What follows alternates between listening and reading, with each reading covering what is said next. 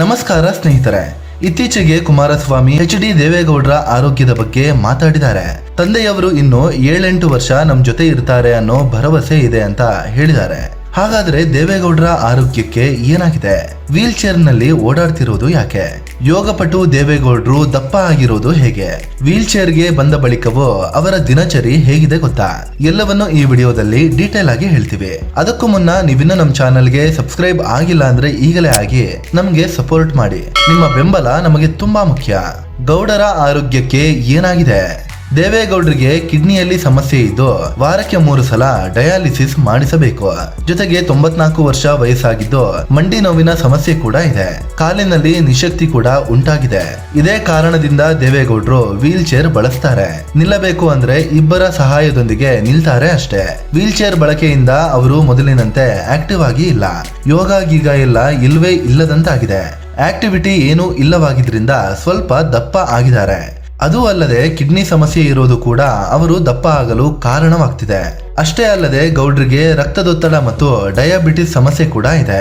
ಮಾನಸಿಕವಾಗಿ full strong ಗೌಡ್ರು. ವಯಸ್ಸಾಗಿದ್ರು ಆರೋಗ್ಯದಲ್ಲಿ ಇಷ್ಟೆಲ್ಲ ಸಮಸ್ಯೆ ಇದ್ರು ದೇವೇಗೌಡರು ಮಾನಸಿಕವಾಗಿ ತುಂಬಾ ಗಟ್ಟಿಯಾಗಿ ಇದ್ದಾರೆ. ಈ ವರ್ಷವೇ ಅವರ ರಾಜ್ಯಸಭೆ ಅಧಿಕಾರಾವಧಿ ಮುಗಿದಿದ್ದು ಅಧಿವೇಶನ ಮಿಸ್ ಮಾಡ್ತಾನೆ ಇರ್ಲಿಲ್ಲ. ಎಷ್ಟೇ ಸಮಸ್ಯೆ ಇದ್ರೂ ಬೆಂಗಳೂರಿಂದ ಡೆಲ್ಲಿಗೆ ಹೋಗಿ ಅಧಿವೇಶನದಲ್ಲಿ ಮಾತಾಡ್ತಿದ್ರು. ಗೌಡ್ರ ಇದೇ ಹುರುಪಿಗೆ ಪ್ರಧಾನಿ ಮೋದಿ ಮತ್ತು ಅಮಿತ್ ಶಾ ಸೇರಿದಂತೆ ಎಲ್ಲರೂ ಪಕ್ಷಾತೀತವಾಗಿ ಹೊಗಳ್ತಾ ಇರ್ತಾರೆ. ಇವರಿಗಿಂತ 11 ವರ್ಷ ಸಣ್ಣವರಾದ ಯಡಿಯೂರಪ್ಪಗಿಂತಲೂ ದೇವೇಗೌಡರು ಆರೋಗ್ಯವಾಗಿ ಇದ್ದಾರೆ. ಮೆಮೊರಿ ಪವರ್ ಅದ್ಭುತವಾಗಿದ್ದು ಡೈಲಿ ಪಕ್ಷ, ರಾಷ್ಟ್ರ, ರಾಜ್ಯ ರಾಜಕಾರಣದ ಕುರಿತು ಅಪ್ಡೇಟ್ ಅನ್ನ ಪಡ್ಕೊಳ್ತಾರೆ.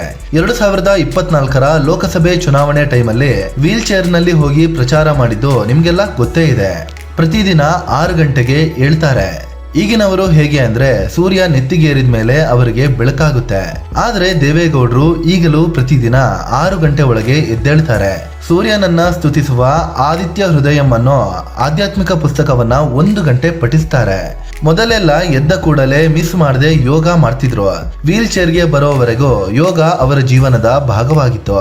ಕೇಂದ್ರ ಸರ್ಕಾರ ಯೋಗ ದಿನಾಚರಣೆಗೆ ಕರೆ ಕೊಟ್ಟಾಗ ದೇವೇಗೌಡರ ಯೋಗದ ಫೋಟೋಗಳು ವೈರಲ್ ಆಗಿದ್ವು. ಈಗ ವಯಸ್ಸಾಗಿದ್ದು ಯೋಗ ಮಾಡೋಕೆ ಆಗೋದಿಲ್ಲ. ಹೀಗಾಗಿ ಆಧ್ಯಾತ್ಮಿಕ ಪುಸ್ತಕವನ್ನ ಓದ್ತಾರೆ. ನಂತರ ಆ ದಿನದ ಪ್ರಮುಖ ನ್ಯೂಸ್ ಗಳನ್ನ ಕೂಡ ತಿಳ್ಕೊತಾರೆ. ಊಟ ತಿಂಡಿ ಮೇಲಿಲ್ಲ ಆಸೆ. ಇದಾದ್ಮೇಲೆ ದೇವೇಗೌಡರು ಸ್ನಾನ ಮಾಡಿ ತಿಂಡಿ ತಿಂತಾರೆ. ಮೊದಲೆಲ್ಲ ಊಟ ತಿಂಡಿ ವಿಚಾರದಲ್ಲಿ ಡಯಟ್ ಗೇಟ್ ಇರ್ಲಿಲ್ಲ. ಆದ್ರೆ ಈಗ ಆರೋಗ್ಯ ಸಮಸ್ಯೆ ಇರೋದ್ರಿಂದ ಸ್ವಲ್ಪ ಡಯಟ್ ಮಾಡ್ತಾರೆ. ಅದಕ್ಕಂತಲೇ ಓರ್ವ ಡಯಟಿಷಿಯನ್ ಕೂಡ ಇರ್ತಾರೆ. ಮೊದಲಿಂದಲೂ ದೇವೇಗೌಡರು ದಿನಕ್ಕೆ 2 ಹೊತ್ತು ಊಟ ಮಾಡುವುದನ್ನ ರೂಢಿ ಮಾಡ್ಕೊಂಡಿದ್ದಾರೆ. ಬೆಳಗ್ಗೆ ತಿಂಡಿ, ಮಧ್ಯಾಹ್ನ ಊಟ ಮತ್ತು ಸಂಜೆ 1 ಲೋಟ ಕಾಫಿ ಕುಡಿತಾರೆ. ರಾತ್ರಿ ಊಟ ಮಾಡೋದಿಲ್ಲ. ತಿಂಡಿಗೆ ಇಡ್ಲಿ, ದೋಸೆ, ಉಪ್ಪಿಟ್ಟನ್ನ ಇಷ್ಟಪಡ್ತಾರೆ. ಅದೇ ಊಟಕ್ಕೆ ಮುದ್ದೆಯನ್ನ ಮಿಸ್ ಮಾಡದೆ ತಿಂತಾರೆ. ನಿಮಗೆ ಒಂದು ವಿಷಯ ಕೇಳಿದ್ರೆ ಶಾಕ್ ಆಗುತ್ತೆ. ಅದೇನಂದ್ರೆ ದೇವೇಗೌಡರು ಮಾಂಸ ತಿನ್ನಲ್ವಂತೆ. ಅಯ್ಯೋ ಗುರು, ಗೌಡ್ರು ಮುದ್ದೆ ಮಾಂಸದೂಟ ಸಖತ್ತಾಗಿ ಬ್ಯಾಟಿಂಗ್ ಮಾಡ್ತಾರೆ ಅಂತ ನೀವು ಹೇಳ್ಬಹುದು. ಆದ್ರೆ ಸುಮಾರು 50 ವರ್ಷಗಳ ಹಿಂದೆಯೇ ದೇವೇಗೌಡರು ಮಾಂಸಾಹಾರ ತಿನ್ನೋದನ್ನ ಬಿಟ್ಟಿದ್ದಾರೆ. ಶುದ್ಧ ಸಸ್ಯಾಹಾರಿಯಾಗಿ ಬದುಕ್ತಿದ್ದಾರೆ. ಇವೆಲ್ಲದರ ಜೊತೆಗೆ ದೇವೇಗೌಡರಿಗೆ ಎಣ್ಣೆ ಹಾಕೋ ಅಭ್ಯಾಸನೇ ಇಲ್ಲ. ಮೊದಲಿಂದಲೂ ಈ ಅಭ್ಯಾಸ ದೇವೇಗೌಡರ ಹತ್ರ ಸುಳಿಲೇ ಇಲ್ಲ. ಯಾರೇ ಬಂದರೂ ಗೌರವ, ಸಲಹೆ. ದೇವೇಗೌಡರ ಭೇಟಿಗೆ ಅಂತ ಪ್ರತಿದಿನವೂ ಹಲವಾರು ಜನ ಬರ್ತಾರೆ. ಎಲ್ಲರನ್ನ ಕರೆದು ಕೂರಿಸಿ ಸಮಾಧಾನವಾಗಿ ಮಾತಾಡ್ತಾರೆ ದೇವೇಗೌಡರು. ಕಷ್ಟಗಳನ್ನ, ಮನವಿಗಳನ್ನ ಆಲಿಸ್ತಾರೆ. ಬರೀ ಜೆಡಿಎಸ್ನವರು ಮಾತ್ರವಲ್ಲ, ಬೇರೆ ಪಕ್ಷದವರು ಬಂದ್ರು ನೀಟಾಗಿ ಕೂರಿಸಿ ಸಮಸ್ಯೆ ಆಲಿಸಿ ಸಲಹೆ ಕೊಟ್ಟು ಕಳುಹಿಸ್ತಾರೆ. ಇತ್ತೀಚೆಗೆ ಡಿ.ಕೆ. ಶಿವಕುಮಾರ್ ಸಿಎಂ ಆದಾಗ ದೇವೇಗೌಡರ ಮನೆಗೆ ಹೋಗಿದ್ರು. ಈ ವಯಸ್ಸಲ್ಲೂ ದೇವೇಗೌಡರು ಆಶೀರ್ವಾದ ಮಾಡಿ ಕಳುಹಿಸಿದ್ರು. ದೇವೇಗೌಡರ ಟೈಮಿಂಗ್ ತುಂಬಾ ಪಕ್ಕಾ ಇರುತ್ತೆ.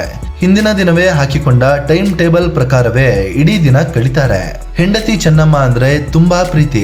ದೇವೇಗೌಡರಿಗೆ ಪತ್ನಿ ಚೆನ್ನಮ್ಮ ಅಂದ್ರೆ ತುಂಬಾ ಪ್ರೀತಿ. ಆದ್ರೆ 72 ವರ್ಷಗಳ ದಾಂಪತ್ಯ ಜೀವನದ ಬಳಿಕ ಚೆನ್ನಮ್ಮ ವಿಧಿವಶರಾಗಿದ್ದಾರೆ.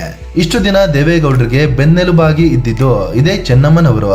ಆದ್ರೆ ಈಗ ಪತ್ನಿ ಅಗಲಿದ ಚಿಂತೆಯಲ್ಲಿ ದೇವೇಗೌಡರು ಕುಗ್ಗಿ ಹೋಗ್ತಾರೇನೋ ಅಂತ ಮಕ್ಕಳಲ್ಲಿ ಭಯ ಶುರುವಾಗಿದೆ. ಈ ಬಗ್ಗೆ ಮಾತಾಡಿದ್ದ ಎಚ್.ಡಿ. ಕುಮಾರಸ್ವಾಮಿ, ನಮ್ಮ ತಂದೆಯವರು 7-8 ವರ್ಷ ನಮ್ ಜೊತೆ ಇರ್ತಾರೆ ಅನ್ನೋ ಭರವಸೆ ಇದೆ. ಆದ್ರೆ ಪತ್ನಿ ಅಗಲಿಕೆಯ ಕೊರಗು ಅವರನ್ನ ಕಾಡ್ತಿದೆ. ಇದರಿಂದ ಹೊಸ ಆರೋಗ್ಯದ ಸಮಸ್ಯೆಗಳು ಎದುರಾಗಬಹುದು ಅನ್ನೋ ಭಯ ನಮ್ಮಲ್ಲಿದೆ. ಹೀಗಾಗಿಯೇ ಅವರ ಮಾನಸಿಕ ಸ್ಥೈರ್ಯವನ್ನ ಹೆಚ್ಚಿಸಲು ನಮ್ಮಲ್ಲಿ ಯಾರಾದ್ರೂ ಒಬ್ರು ಸದಾ ಅವರ ಜೊತೆ ಇರ್ತೀವಿ ಅಂತ ಹೇಳಿದ್ದಾರೆ. ದೇವೇಗೌಡರ ಆಸ್ತಿ ಎಷ್ಟಿದೆ? ದೇವೇಗೌಡರು 2020ರಲ್ಲಿ ಸಲ್ಲಿಸಿರುವ ಅಫಿಡವಿಟ್ ನಲ್ಲಿ ತಮ್ಮ ಆಸ್ತಿ 8,80,00,000 ರೂಪಾಯಿ ಅಂತ ಘೋಷಿಸಿಕೊಂಡಿದ್ದಾರೆ. ಅದರಲ್ಲಿ 7,52,00,000 ರೂಪಾಯಿಯಷ್ಟು ಆಸ್ತಿಯನ್ನ ತಮ್ಮ ಪತ್ನಿ ಹೆಸರಲ್ಲೇ ಮಾಡಿದ್ದಾರೆ. ಗೌಡ್ರ ಬಳಿ 50,000 ರೂಪಾಯಿ ಮೌಲ್ಯದ ಚಿನ್ನ ಇದ್ರೆ, ಚೆನ್ನಮ್ಮ ಬಳಿ 174 ಗ್ರಾಂ ತೂಕದ ಚಿನ್ನಾಭರಣ ಇದೆ. ಗೌಡ್ರ ಹತ್ರ 3 ಅಂಬಾಸಿಡರ್ ಕಾರು ಇದ್ರೆ, ಚೆನ್ನಮ್ಮ ಹೆಸರಲ್ಲಿ 2 ಟ್ರ್ಯಾಕ್ಟರ್ ಇದೆ. ಗೌಡ್ರಿಗೆ 10,25,000 ರೂಪಾಯಿ ವಾರ್ಷಿಕ ಆದಾಯ ಇದೆ. ಸ್ನೇಹಿತರೆ, ಇದು 94 ವರ್ಷದ ದೇವೇಗೌಡರ ದಿನಚರಿಯನ್ನ ತಿಳಿಸಿಕೊಡುವ ಪ್ರಯತ್ನ. ಇವರು ಪತ್ನಿ ಅಗಲಿಕೆ ನೋವಿನಿಂದ ಹೊರಬರಲಿ ಅಂತ ದೇವರಲ್ಲಿ ಪ್ರಾರ್ಥಿಸೋಣ. ಇನ್ನು ಇವರ ಬಗ್ಗೆ ನಿಮ್ಗೆ ಏನನ್ಸುತ್ತೆ? ಕಾಮೆಂಟ್ ಮಾಡಿ ನಿಮ್ಮ ಅಭಿಪ್ರಾಯವನ್ನ ತಿಳಿಸಿ. ಅದೇ ರೀತಿ ನೀವಿನ್ನೂ ನಮ್ಮ ಚಾನಲ್ಗೆ ಸಬ್ಸ್ಕ್ರೈಬ್ ಆಗಿಲ್ಲ ಅಂದ್ರೆ ಈಗಲೇ ಆಗಿ ನಮಗೆ ಸಪೋರ್ಟ್ ಮಾಡಿ. ನಿಮ್ಮ ಬೆಂಬಲ ನಮಗೆ ತುಂಬಾ ಮುಖ್ಯ. ಧನ್ಯವಾದ.